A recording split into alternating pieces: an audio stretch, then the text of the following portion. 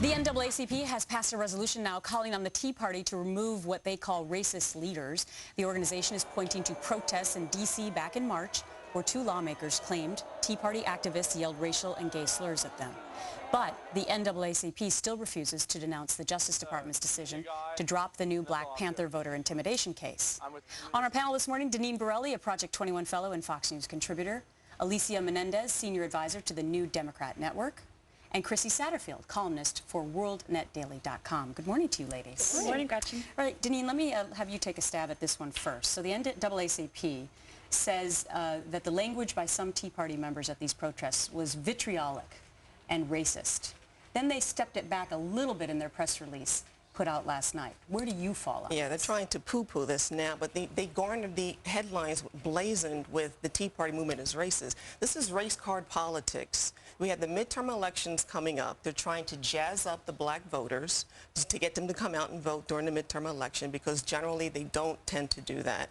And clearly this is a dangerous game to play, especially in this day and time. But, you know, the NAACP is nothing but a puppet. They're a puppet organization right now because they're pushing race politics, and it's wrong.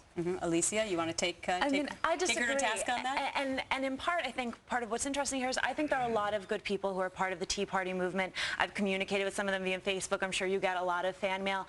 And they're worried about bread and butter issues. And so I think for those members of the Tea Party, it is really dangerous to have these racist elements in what is supposed to be a much more conservative economic movement. And so at the end of the day, I think that the leaders of the Tea Party should welcome this, and they themselves should denounce people who are coming out who are doing ugly But things. interestingly enough, Chrissy, there has never been any videotape that has surfaced about these racist allegations. Where do you fall on it? That's exactly what the point I was going to bring up. At first, the NAACP brought up these harsh accusations against the Tea Parties, and now they're backing off.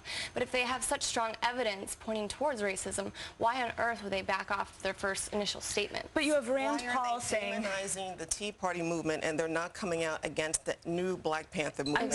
We do have proof, though. You have Rand Paul saying that we shouldn't have the Civil Rights Act, and the NAACP organization targeting the Tea Party movement, and they should leave come it at out that against. question and let our viewers decide how they feel in their own minds. Stick around, panel, because the longer President Obama is in office, the less popular he has become.